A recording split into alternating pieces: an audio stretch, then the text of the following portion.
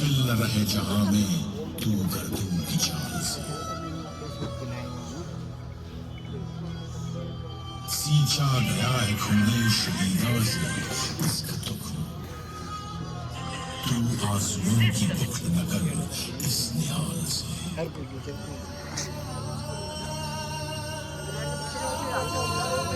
उस बैसाखी के दिन जो लोग इस बाग में शहीद हुए थे, वे न सिख थे, न हिंदू थे, न मुसलमान। उस बैसाखी खून से लथपथ हुआ था पूरा हिंदुस्तान।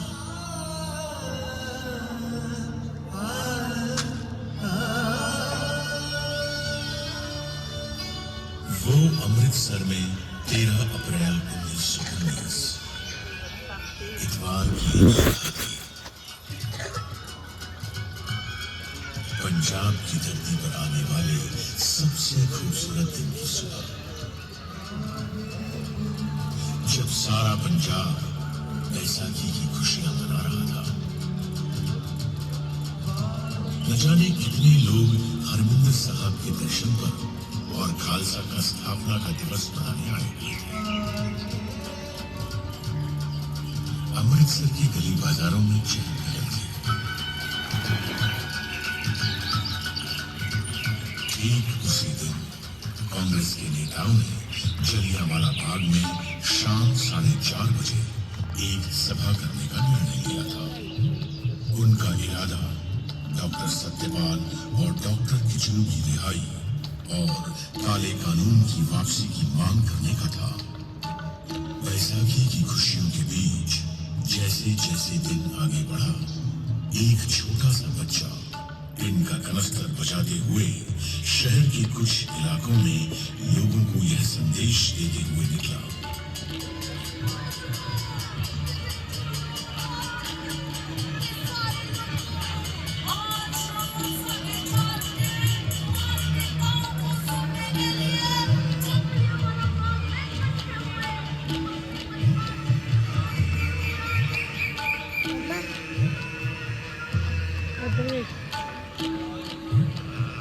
जैसे ही इस बच्चे की मुरादी को बैसाखी मनाते हुए लोगों ने सुना, तो सोचा कि जुल्म का विरोध करना तो कोई जुल्म नहीं है। वीर जी, बाग पे आ रहे हो कि नहीं आ रहे हो? हाँ सुना है, सब आए हुए। आप चलो, हम उधर ही गए बस। अरे सुनिए, कोई कानून लगाया सरकार ने? हाँ सुना तो मैंने भी वही। शाम को बाद में पता चल ही जाएगा। वैसे परजाई जी, आप आ रहे हो ना? आहो, जसी को लेके पहुंच जाऊंगी 4:30 बजे। वैसे भी जलियांवाला बाग में तो लोग पहले से ही आपस में खुशियां बांट रहे थे, आराम कर रहे थे।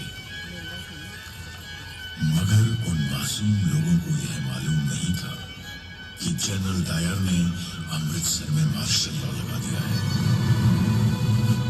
प्रभात फेरियां निकालने और सभाएं करने पर प्रतिबंध लग चुका है, क्योंकि सरकार ने मार्शल लॉ लगाने की कोई मुनादी ही नहीं कराई थी। लगभग दोपहर 12:30 बजे के करीब जनरल डायर को जलियांवाला बाग में होने वाली सभा की जानकारी मिली। साहब, सुना है कोई सभा होने वाली है। साहब, बाग में, जलियांवाला बाग में। सुना तो था यही 4-4:30 के करीब। देखता हूँ सभा को। जनरल डायर, ये वही नाम था जो आगे जाकर अंग्रेज हुकूमत के जुल्म और सितम का सबसे काला अध्याय बनने वाला था। वो अंग्रेज हुकूमत जिसने भारत में इंसाफ के हक में उठने वाली हर आवाज को हर तरह से कुचलने की कोशिश की थी।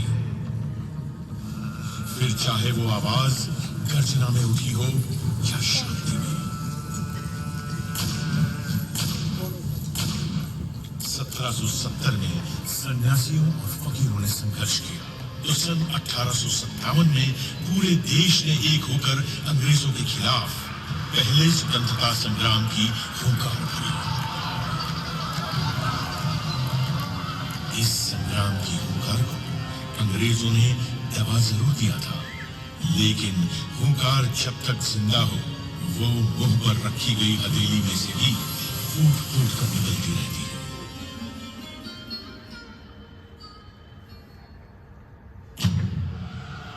कभी क्रांतिकारियों ने आजादी का बीड़ा उठाया तो कभी कांग्रेस के गर्म दल ने। एक तरफ गदर पार्टी ने विदेशों में आजादी का संग्राम छेड़ दिया था, तो पंजाब में भी वो देश की आजादी के लिए सक्रिय थे। सन 1915 में रास बिहारी बोस ने पंजाब आकर लाहौर, फिरोजपुर, अमृतसर, ननकाना साहिब और तरन तारण में अपने दूतों के जरिए अंग्रेजी सेना में सेवारत भारतीय सैनिकों से सशस्त्र क्रांति के लिए संपर्क किया,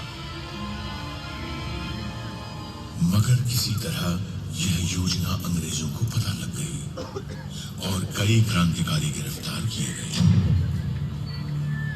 16 नवंबर 1915 के दिन 19 वर्ष के बालक करतार सिंह सराभा को अंग्रेजों ने लाहौर की जेल में फांसी के फंदे पर लटका दिया।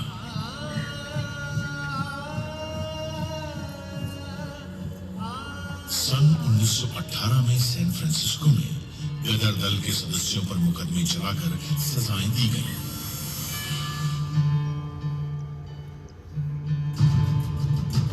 यह पहले विश्व युद्ध का समय था और अंग्रेजों ने अपने हित से इस युद्ध में भारत को भी छोड़ दिया था।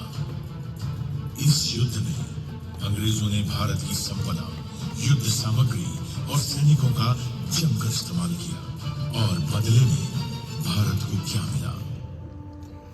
एक काला कानून, रोलेट एक्ट।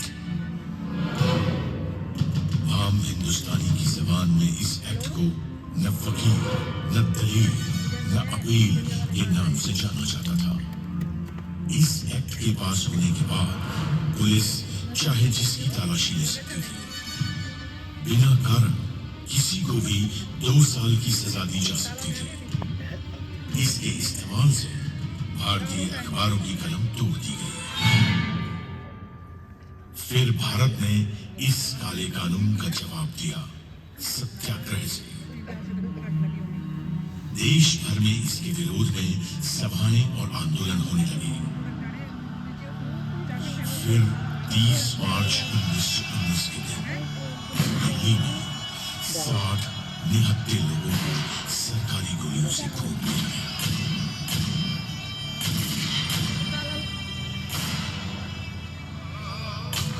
पंजाब में डॉक्टर सत्यपाल और डॉक्टर सैफुद्दीन किचलू इसी कानून के विरोध का नेतृत्व कर रहे थे।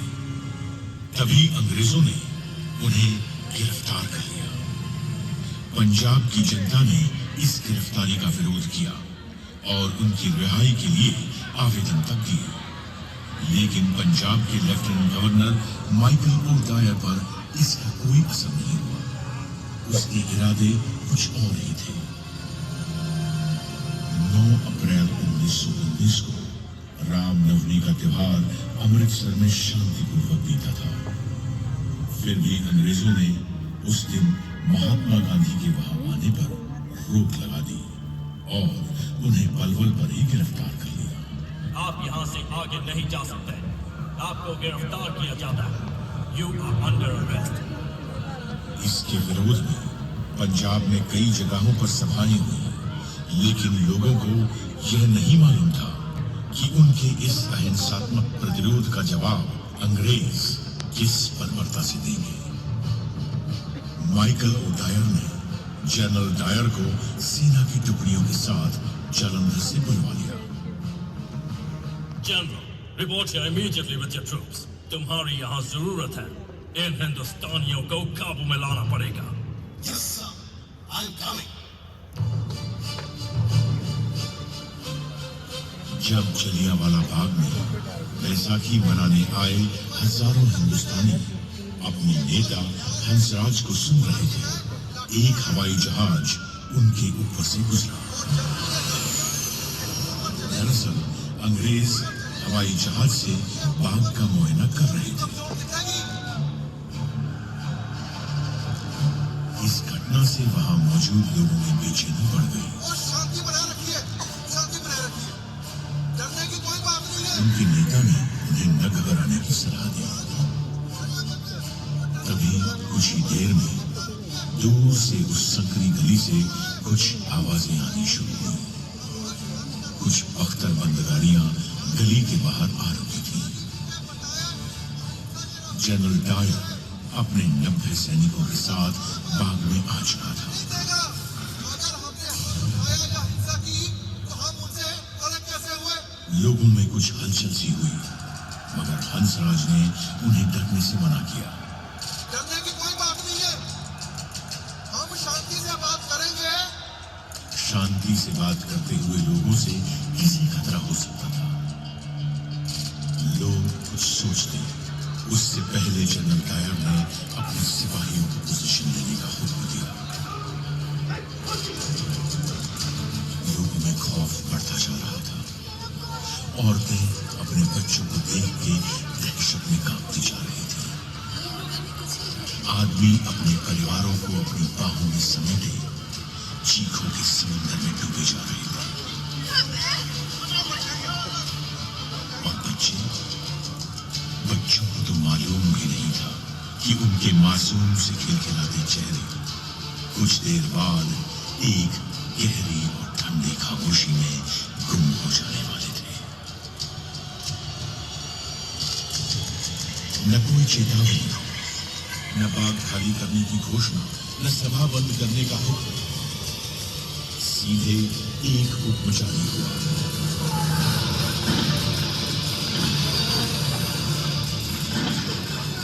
गोलियां बंदूकों की नलियों से बहने लगी। लोग बेतहाशा अपनी जान बचाने के लिए भाग रहे थे, लेकिन न अंग्रेज हुकूमत की बंदूकें रुकी और न डायर की आंखों में कोई इंसानियत झलकी।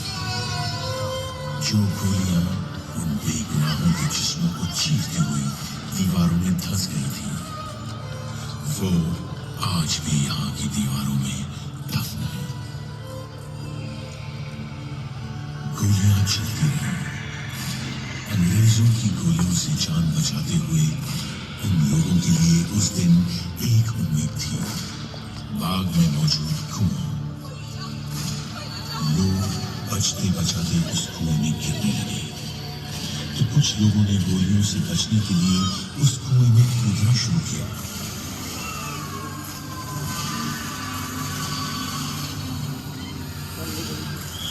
एक के बाद एक लोग उस कुएं में गिरते चले गए।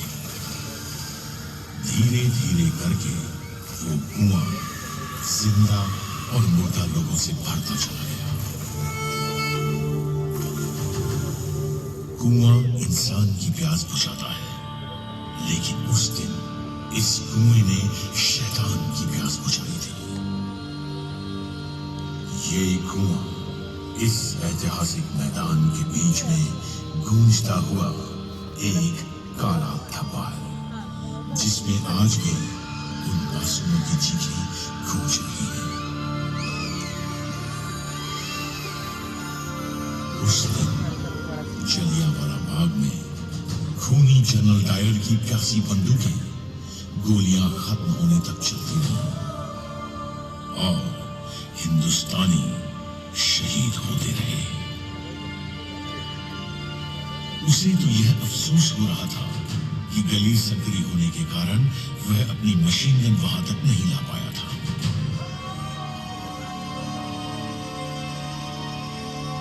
जलियांवाला बाग की इस नरसंहार में उस दिन डायर ने अपने 90 सैनिकों के साथ 10 मिनट में 1650 गोलियां दागी थी, जिससे 1000 से ऊपर भारतीय शहीद हुए और 1500 से अधिक घायल। उन दरिंदों ने बच्चों तक को नहीं छोड़ा। उस दिन 15 बच्चों का गोलियों से कत्ल हुआ था। उन बच्चों में से एक बच्चे की उम्र सिर्फ 6 महीने थी।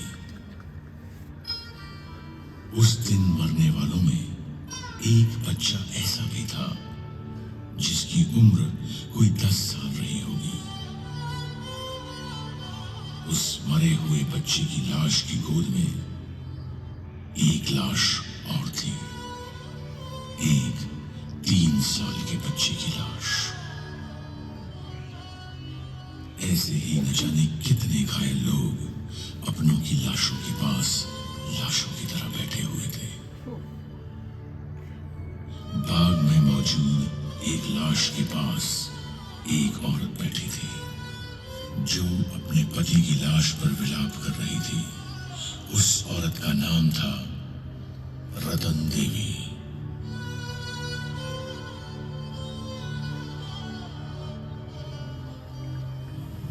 कुत्तों को भगाने के लिए मैंने एक छड़ी खोजी। वहां दर्द में छटपटाते 3 और लोगों को भी देखा। साथ ही करीब 12 साल के एक बच्चे को देखा जिसने कराहते हुए विनती की कि मैं वहां से ना जाऊं। मैंने पूछा कि क्या मैं उसे कुछ उड़ा दूं, लेकिन उसे तो केवल पानी चाहिए था। उस जगह मैं पानी कहां से लाती? अपनी अनुभूतियों को व्यक्त करना मेरे लिए असंभव है। वहां मृतकों के ढेर लगे पड़े थे। उनमें से बहुत से छोटे छोटे मासूम बच्चे भी थे। मैं वो दृश्य कभी नहीं भूल सकती। मृतकों के उस एकाकी जंगल में पूरी रात मैंने अकेले ही बिताई। हर घंटे घड़ी की आवाज सुनाई दे रही थी। सुबह 6 बजे मेरी गली से कुछ लोग चारपाई लाए और मैं अपने पति का शरीर घर ले जा सकी। उस रात मैंने जो अनुभव किया वो केवल मुझे और मेरे भगवान को ही पता है।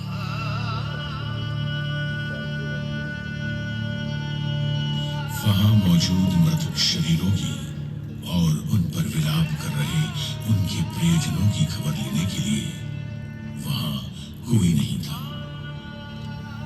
घायलों का इलाज करने के लिए कोई नहीं था। उन्हें पानी तक पिलाने के लिए कोई नहीं था। आप सोचिए हर उस दर्दनाक माहौल के बारे में जो अगले 24 घंटे तक ऐसा का ऐसा ही रहा। वो दर्द और वो खामोशी जो उस दिन जलियांवाला बाग में पैदा हुई थी, वो खामोशी हिंदुस्तान के सीने में आज तक गूंज रही है।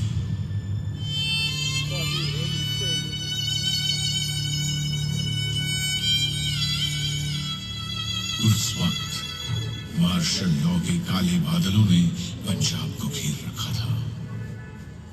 अमृतसर में एक तरफ शहीदों के परिवार रुदन में डूबे थे तो दूसरी तरफ अंग्रेज कहकहे लगा रहे थे, क्लबों में नाच रहे थे, जश्न मना रहे थे।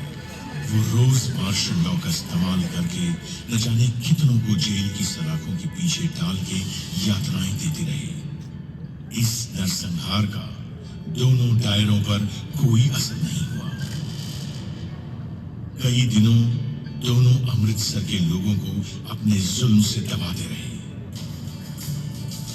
उनका जुल्म इस हद तक था कि जो भी हिंदुस्तानी उस गली से गुजरता था उसे घुटनों और हाथों पर रेंगने के लिए मजबूर किया जाता था। सारा पंजाब इस अंग्रेजी आतंक का सामना कर रहा था। जब 14 अप्रैल को अमृतसर से 87 किलोमीटर दूर गुजरानवाला में कुछ भारतीय अंग्रेजों के खिलाफ प्रदर्शन कर रहे थे, उन पर हवाई जहाज से बम बरसाए गए। न जाने कितने मारे। दुनिया की सभ्यता का झंडा उठाने वाली अंग्रेज हुकूमत का असली चेहरा ये था। पंजाब से कोई खबर बाहर नहीं जा रही थी, लेकिन हुंकार जब तक जिंदा हो वो मुंह पर रखी गई हथेली से भी फूट फूट कर निकलती रहती है। धीरे धीरे जब इस नरसंहार की खबरें देश में फैली तो पूरा हिंदुस्तान विरोध में उठ खड़ा हुआ। रॉलेट एक्ट के खिलाफ देश भर में आंदोलन तेज हो गया। यहाँ देश में प्रदर्शन और धरने हो रहे थे, उधर अंग्रेज डायर का गुणगान कर रहे थे। उनका ख्याल था कि इन गोलियों की आवाज में भारत का राष्ट्रवाद और स्वतंत्रता का संग्राम दब जाएगा। एक अंग्रेजी कवि रुडयार्ड किपलिंग ने डायर को शाबाशी ही नहीं दी, बल्कि उसके लिए एक राहत कोष तक खोल दिया। अंग्रेजी अखबार डायर को साम्राज्य का बहादुर रक्षक बता रहे थे। भारतीयों ने इस बेशर्मी का मुंह तोड़ जवाब दिया। इस नरसंहार के खिलाफ अपनी आवाज बुलंद करते हुए गुरुदेव रविंद्रनाथ टैगोर ने अपनी नाइटहुड की उपाधि वापस कर दी। महात्मा गांधी ने केसरे हिंद का पद वापस कर दिया। बॉम्बे क्रॉनिकल के संपादक वीजी फॉर्निमन ने अपने पद से इस्तीफा दे दिया और देश के कवियों के लिए अपनी कविताओं में अपना विरोध दर्ज किया।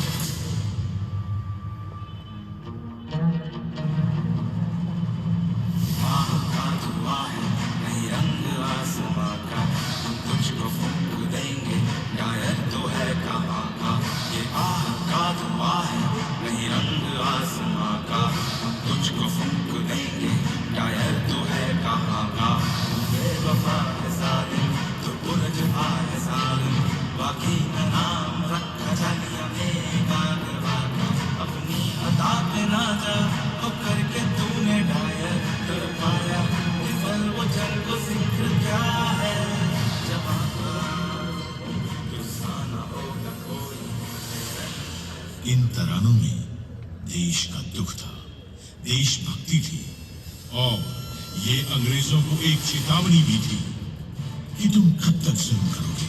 यह देश हमारा है और हम इसे आजाद करा के रहेंगे। फिर भी जब देश में हो रहे विरोध रुके नहीं तो उनसे बचने के लिए अंग्रेजी हुकूमत ने हंटर कमेटी बनाई। उस कमेटी की सच्चाई सामने लाने के लिए कांग्रेस ने मदन मोहन मालवीय के नेतृत्व में अपनी इंक्वायरी कमेटी बनाई।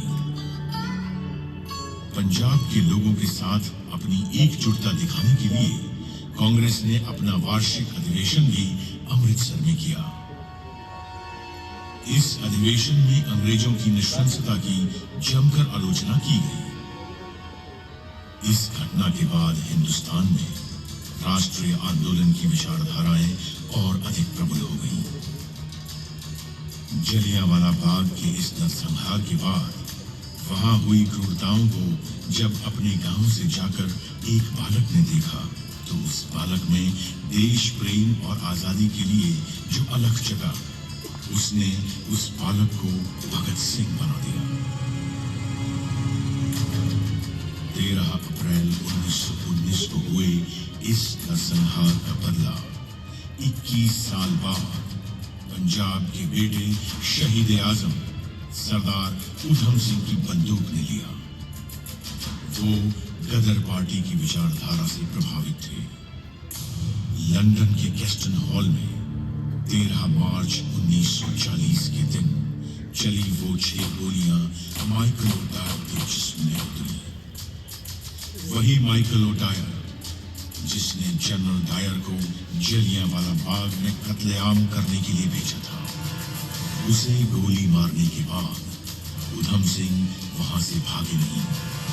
उन्होंने बड़ी शांति के साथ अपनी गिरफ्तारी दी।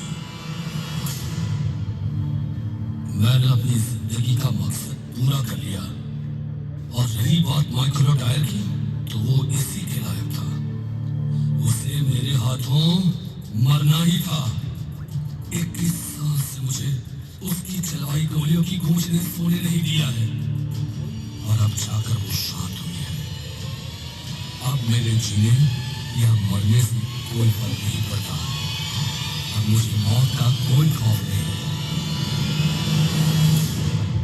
अपने मुकदमे के दौरान हिंदू एकता की मिसाल कायल करते हुए उन्होंने अपना नाम मोहम्मद सिंह आजाद बताया था। मेरे पे कत्ल का इल्जाम है, पता है मुझे अपने किए पर गर्व है, क्योंकि मैंने वो अपने मुल्क की आजादी के लिए किया है। क्या ये अदालत मुझे बतलाएगी कि क्या जलियांवाला बाग में जनरल डायर की मनाई हुई वो भूमि बैसाखी कत्लेआम नहीं थी? अंग्रेजों ने उन्हें लंदन की पेंटनविले जेल में फांसी पर लटकाया था। आज भी ये देश उस शहीद सिख को सलाम करता है। शहीद तेरी मौत ही तेरे वतन की जिंदगी, शहीद तेरी मौत ही तेरे वतन की जिंदगी। तेरे लहू से जाग उठेगी इस चमन की जिंदगी। खिलेंगे फूल उस जगह कि तू जहां शहीद हो, खिलेंगे फूल उस जगह कि तू जहां शहीद हो। शहीद तेरी मौत ही तेरे वतन की जिंदगी। ये जो इतिहास आप सबने सुना, ये इतिहास उस क्रूरता का इतिहास है जिसे हमारे देशवासियों ने झेला था। ये इतिहास है जलियांवाला बाग में हुई उस शहादत का जिसने राष्ट्रवाद की एक नई लहर को जगाया था और अंग्रेजी हुकूमत के खिलाफ लड़ने के लिए हमारे देशवासियों का मनोबल दृढ़ किया था। ये वो इतिहास है जो हमें सिखाता है कि जालिम चाहे कितना भी क्रूर क्यों ना हो, वो एक दिन झुकना जरूर है। ये इतिहास है उन शहीदों का जिनकी शहादत को हमारे देश और हमारे देशवासी कभी भूलेंगे नहीं और उसे कभी बेकार नहीं जाने देंगे। आओ हमारे उन शहीदों को सलाम करें जिन्होंने हमें आजादी दिलाई और सलामी दें हमारे उन जाबाज जवानों को जिन्होंने हमारी स्वतंत्रता की, हमारे प्रजातंत्र की और हमारे अधिकारों की हिफाजत की।